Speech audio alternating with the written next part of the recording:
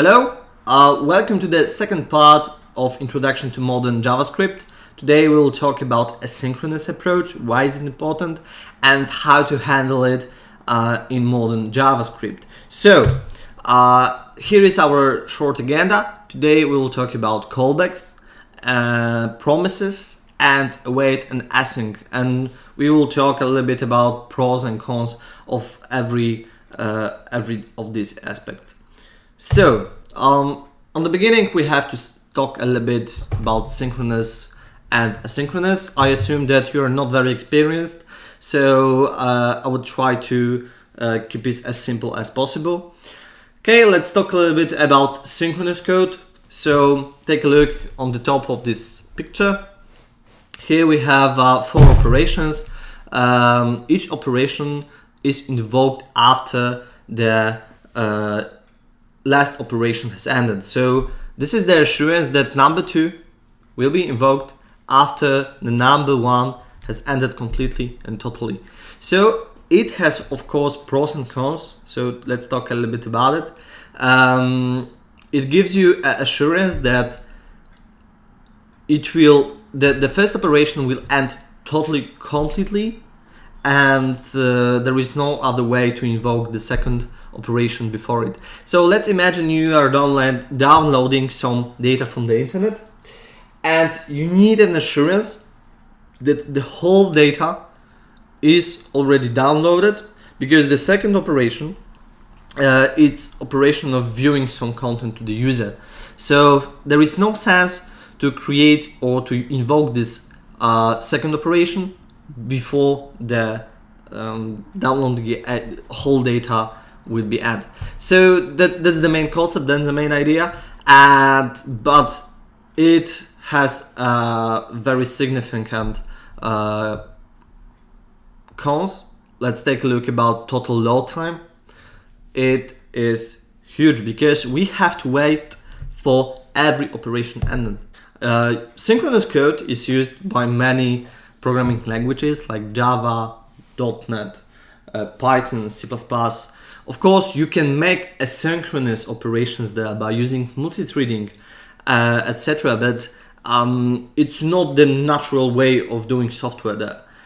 And in JavaScript, the asynchronous concept or paradigm is just standard way from the beginning. So this is why it's very important to understand it and use it in a proper way.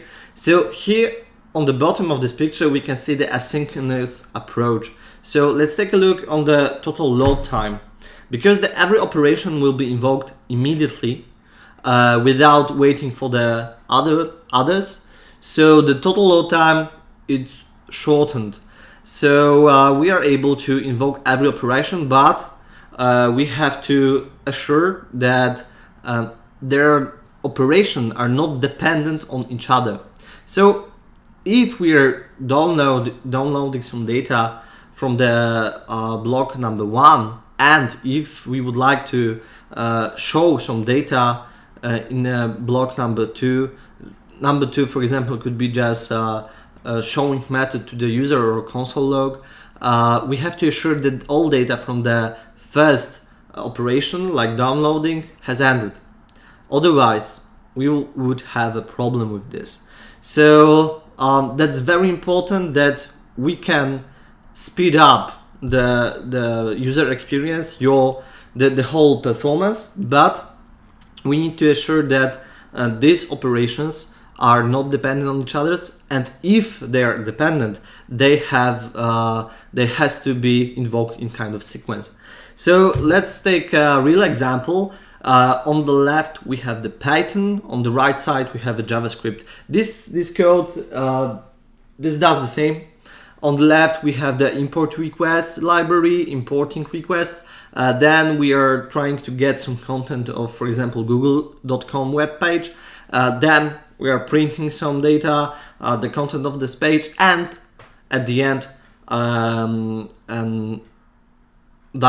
dialogue or information that I come after the request. And that's, in this case, in case of Python, that's true because operation of request get is synchronous. On the right side, we have an example in JavaScript. So we are importing a library called request. Then we are using request with google.com argument, and here we are using a function, and the function here is used to say something like, okay, this lines of code, this block of code will be invoked immediately after the request method will be end. So this is a little bit different approach here. And so this is pretty important to understand that not every line of code is sequenced here. And at the end we have this console log, I come after the request, which is not true, because the console log will be invoked immediately after the request. We are not waiting for any for the content of the web page, and I will talk a little bit more about it on the next slide. Just take a look on that. We separated each line of code to the block. So the first one is importing our library. The second one is getting or invoking get method on our web page. The third one it's console log or printing the output of this web page. It could be HTML or anything. And the last one, the fourth one, will be information about I'm come after the request. So we are assuming that we have a waiting time for 20 milliseconds. So this is waiting for response to download the data from the web page. And the block time, each block time is 10 milliseconds. I know it's not realistic because it may vary on computer, but I would like to show you the very simple concept of that. So the synchronous approach on the left side, let's take a look. The first operation, importing in synchronous, is totally fine. The second one, invoking a get method, okay, I believe it's clear and obvious. And we are waiting for response. So we are waiting for 20 milliseconds to invoke any other operation. So let's take a look that we have a kind of blank, we have a space here. So we are not doing anything, just waiting for response. So after the response has ended, the third one operation, we can invoke the third one block, which is the printing the content of the web page, and the fourth one, I come after the request. So the total time is 60 milliseconds. Let's take a look on this asynchronous block side and on the right side, and the first one and the second one is very similar to synchronous, but what is happening on the next thing? So we are invoking the method request in the JavaScript, and we are waiting for response, but the fourth line, so I come after the request, it's invoked immediately after the second block. We are not waiting for anything for the request. So this is the changing of concept and changing the idea of thinking about making any software. So the third block, which is the console log of the body of the web page of the content, so it is invoked at the end, and we are able to invoke this code in 50 milliseconds. We end 10 milliseconds, which is great. Okay, we are waiting only 5 seconds here, so the time span will be not so significant. So the whole idea is that this code almost looks like asynchronous code, so user will not see any delay. And here we have the 45 milliseconds long with the synchronous code. Okay, on the right side, the asynchronous code is able to invoke everything, every step, every block without interruption, without the time span. So this is the value we have with using asynchronous code. This waiting for response is going to be invoked on background behind the scene. So this is the great value for user, because they do not have to wait for the response, and they won't see any delay. Okay, so let's talk how to handle it. And the first thing in JavaScript world, we have to talk a little bit about callbacks. So this may be pretty hard to understand on the beginning for people that used only languages or are on the beginning of the path of learning programming languages. So generally speaking, if we have a method or function, we can get arguments. So the argument could be boolean, could be integer, could be some data, some class, but not all people knows that it could be also a function. So the beautifulness of JavaScript here is that we can provide a function as an argument. So this is a great possibility to use some callbacks, to use our function inside other function. So take a look on this example on the left side. So we are doing something here. We prepared a function foo. This is the callback. It will alert some data, and we are just passing this sorry, as the argument of do something method. So take a look what is happening in do something function. Here we are using it as a standard method. So we provide some argument, its stuff goes here, and we will be able to invoke this function with this argument, these parameters. So this is the main idea of callbacks and how to handle your code. So take a look. Let's take a look on an example. So here I prepared a little bit of code for you to understand why is it important, why we want to use callbacks, why we want to use a whole process of synchronization in JavaScript. Let's take a look of this very simple function. So here I prepared a simple button called Async test button, and here we have a get element by ID. I'm just giving an add event listener for click and trying to use the console log with get data after 5 seconds function. So one thing on my last video, I've showed you how to configure the Babel, the Webpack, and the whole things to use the modern JavaScript. If you're not prepared, please get back to this video, because we'll be using the modern JavaScript approach. For example, here the arrow function.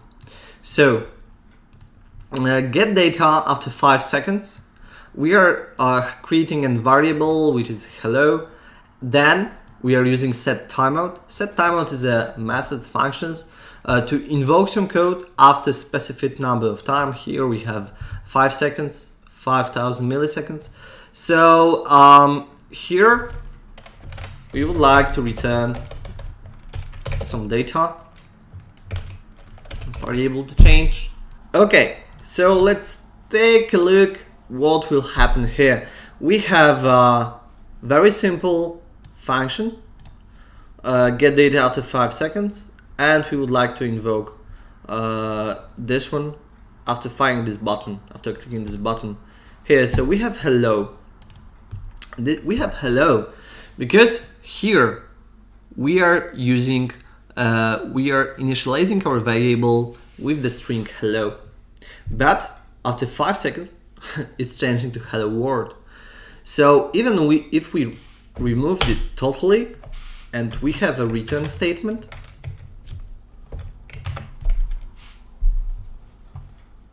take a look. Right now we will have undefined. So that's the problem. We are using, let's imagine that here we are using some very long operations like downloading something from servers or data from our database, and we are not sure when it will end. So that's the case, that's the problem. Okay, so scroll down a little bit to callbacks. Callback, like you saw before, it's very simple. Here we have example of rocket launch sequence. So the first method, first function, will be a rocket launch, then rocket launch step 1, then rocket launch step 2, and at the end you would like to show user launch the rocket, print these lines when everything is done. So this is our intention, and then I will just uncomment this one, and then we are supposing to have a pure sequence of invoking the method. So how is it works? Take a look on this rocket launch. Here we are using our function. So we are making our anonymous function here, okay, and we are passing this anonymous function as an argument of this. So here we are using a console log, preparing rocket launch. It could be everything. The concept it has for me to be as simple as possible. I'm just validating if the callback is a function, and we are invoking the function which was argument. So we are creating kind of sequence, and we can short it, of course, to something like this one, because we are using the modern JavaScript.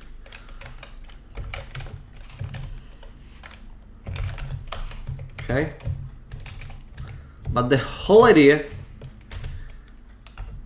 is to have a sequence of functions inside the functions. So I hope you understand the idea and the concept. And here we have a kind of pyramid. So let's imagine what would happen if we would have 10 inner functions, or we would like to have more callbacks. So let's get to our presentation. So yeah, we're putting callbacks in our callbacks, so we can do callbacks when you callback. Yeah, it was a huge problem in the past. Hopefully nowadays we have a whole bunch of new things in JavaScript. But these are slides from the internet. These callbacks in callbacks structures was called pyramid of doom.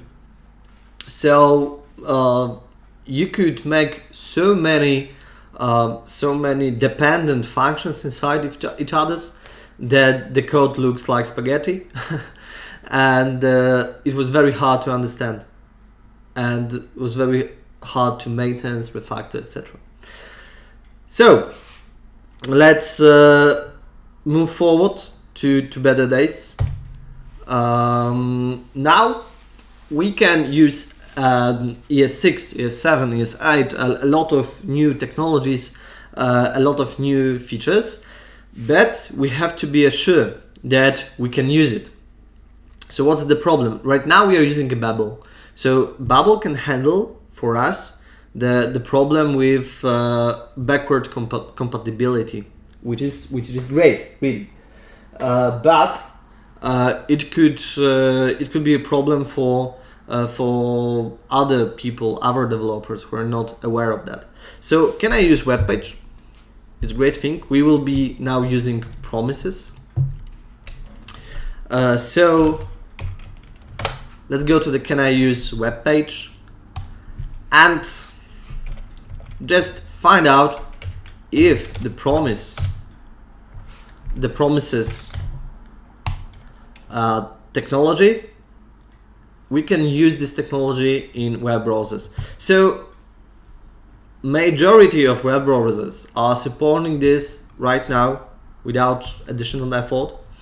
But for example, ES11, which is still used in many companies, globally 2.68%, nice, is not supporting that. So we, as a developers, we have to be aware that it may not work on computers of some people if they have installed ES11. So that's kind of problem, and this is why we are using Babel to ensure that okay, we are using it and we would like the backward compatibility. But if you don't want to use Babel, for example, with Firefox, Edge, Chrome, Safari, we won't have any problem with this. So let's get back and talk a little bit promises. What is the promise? The object represents the eventual completion or failure, which is very important, of an asynchronous operation and its resulting value.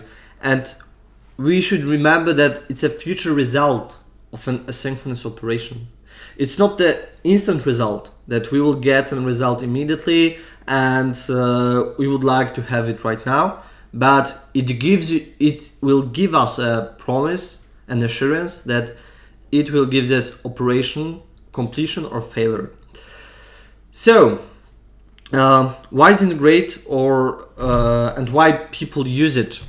So if we would like to make something like this with callbacks, we have to ensure that we have functions that is able to provide and resolve and reject argument. We have to put these arguments for each other.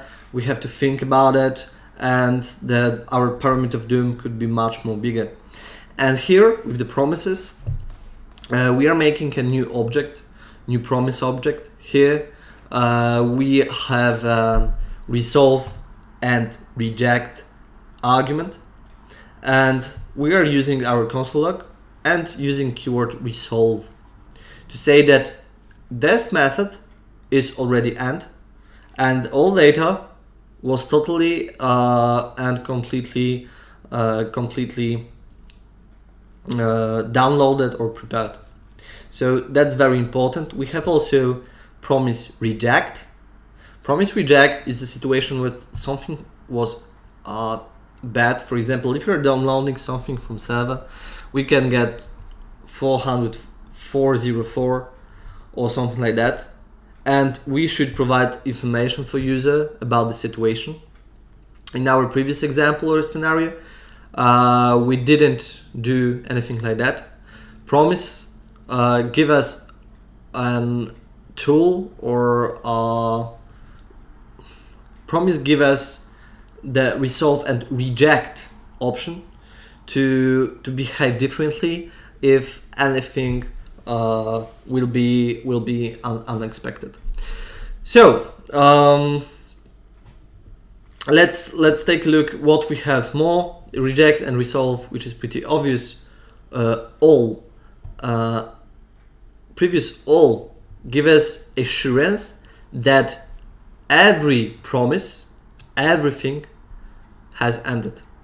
So we are not waiting for one or two callbacks, but we can provide an array of callbacks which we would like to wait to make some new operations, which is pretty useful. For example, we can use for two promises because they are dependent on each other, like we talked a little bit before. So downloading data, showing data, etc. I don't know, or downloading data from two services which are dependent, and then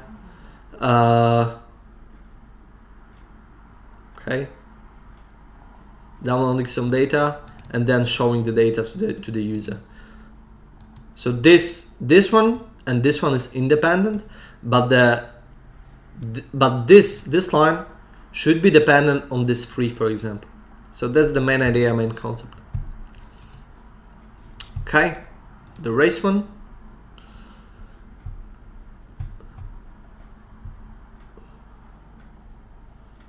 Okay, the race gives us possibility to invoke this block of code immediately when one of these promise will be invoked.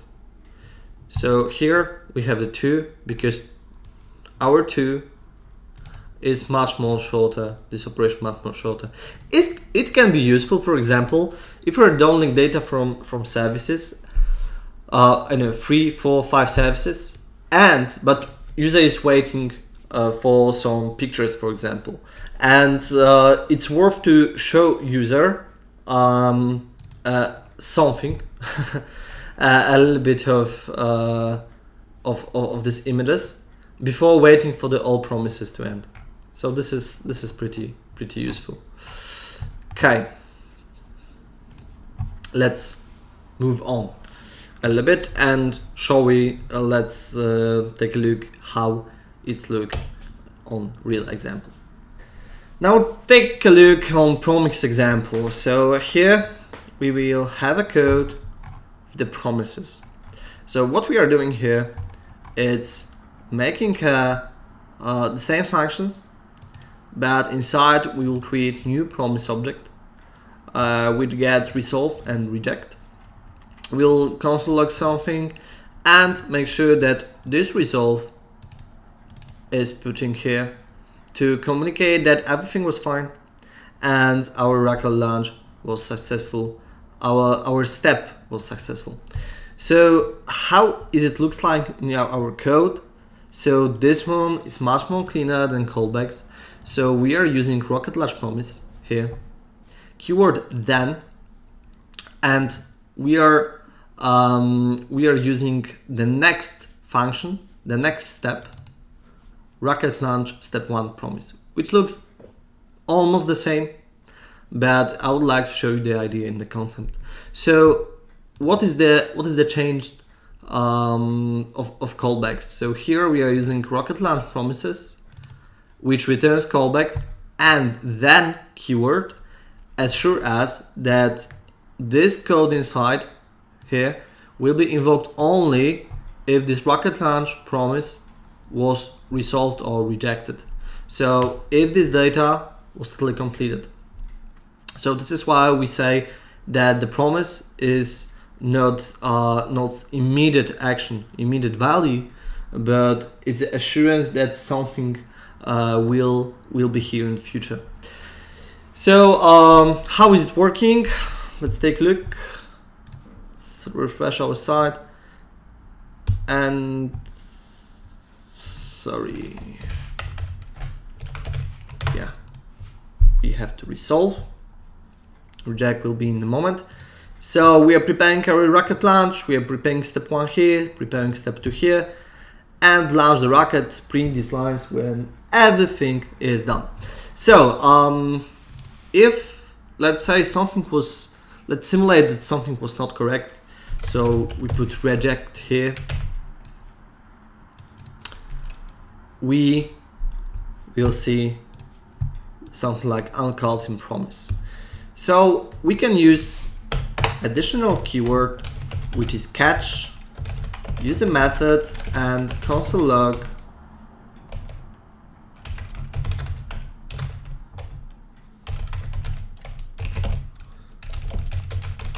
for example this one, and take a look what will happen. We are preparing rocket launch, then preparing step 1 here, and during the preparation of step 1 we get a message that something was wrong.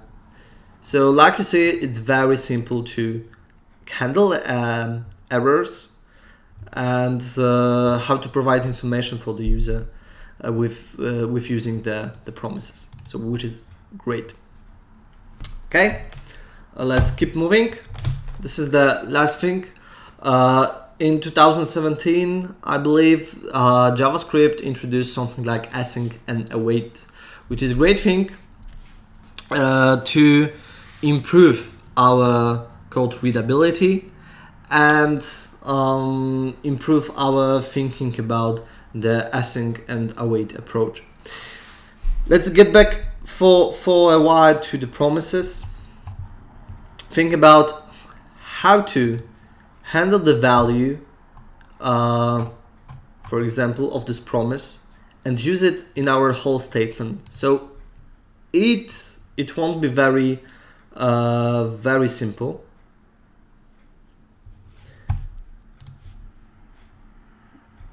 because we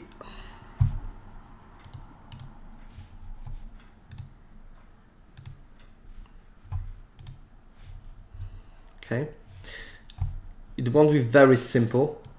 Here I found a solution on Stack Overflow with ES6 that we are using something like generator functions and keyword yield. So we can use the result of the promise. We can wait for promise, but ES8 gives us opportunity to use a modern async await approach in our code. So let's take a look on this example, this very simple example. What was changed? Here, if we have a function, we have to provide async keyword that communicate that our function will be asynchronous. Then, on the left side of every method which returns a promise, we have to put a wait keyword. So this one will give us assurance that next lines of code will be invoked after the /async has totally completed. So this is very important. This is the thing that we did previously, the same thing, but take a look how readable it is right now and how obvious. Other programming languages are also improving and doing asynchronous stuff like that. For example, C# and .NET. Okay, so pretty obvious, the same thing awaits. And on the right side, we have our function, which has to be also asynchronous. And we are just using standard promises. We do not have to use, have to change anything in our code instead of adding async to our function. Okay, now let's take a look on an example of async and await. So here we have an async and await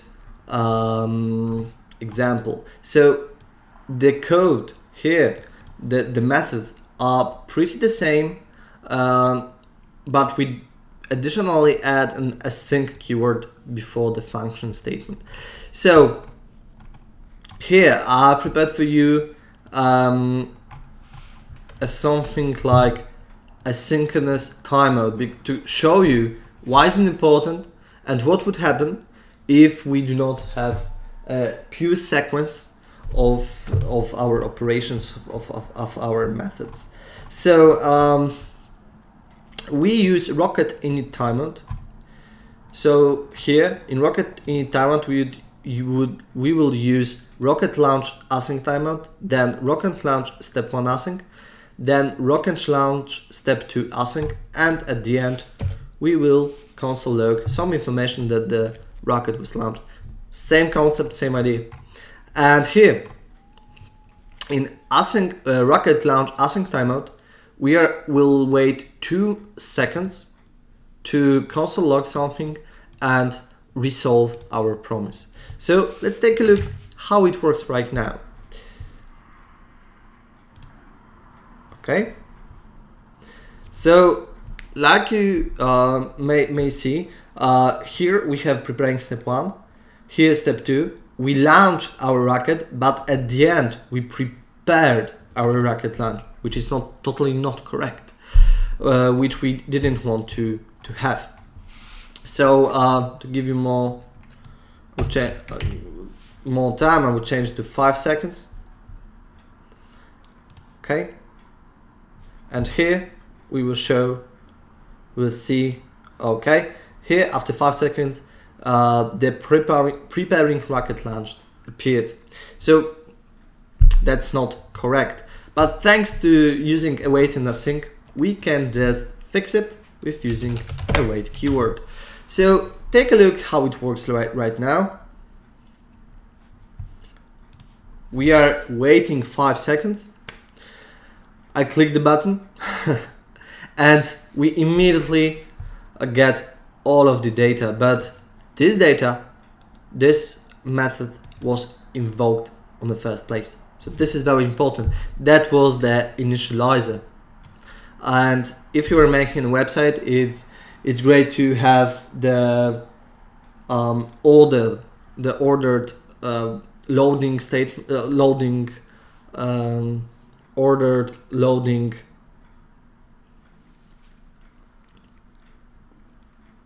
Because if you're making a web page, you have to create an ordered loading components, for example. So it's good to have the header, the sidebars, etc. It's not good to show, for example, the header only and advertisement without showing anything else. So that's the kind of idea how to use it and why is it important. So async await give us opportunity to short our code a little bit, and for example we can get some information here, like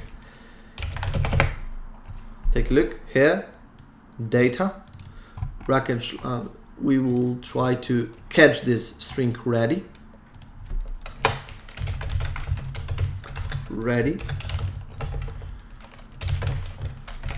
Okay, and now we put what our promise resolved to us to a variable which can be used later in our code. So we can use this variable data, JSON, anything to invoke other promises, to invoke other functions, which is very, very useful. If we used only the promises here, we should use something called generator functions, which we had to use an additional libraries, for example. So this is why async await is even more useful, but it's still used in the background of the good promises. Okay. What we did, just take a look. In 7 seconds, it shows us what we did: callbacks to promises to async await.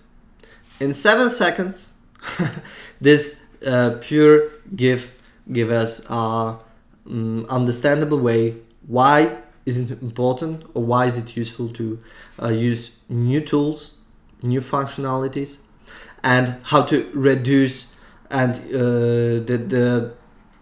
the code and improve the readability. So that's the idea. Okay.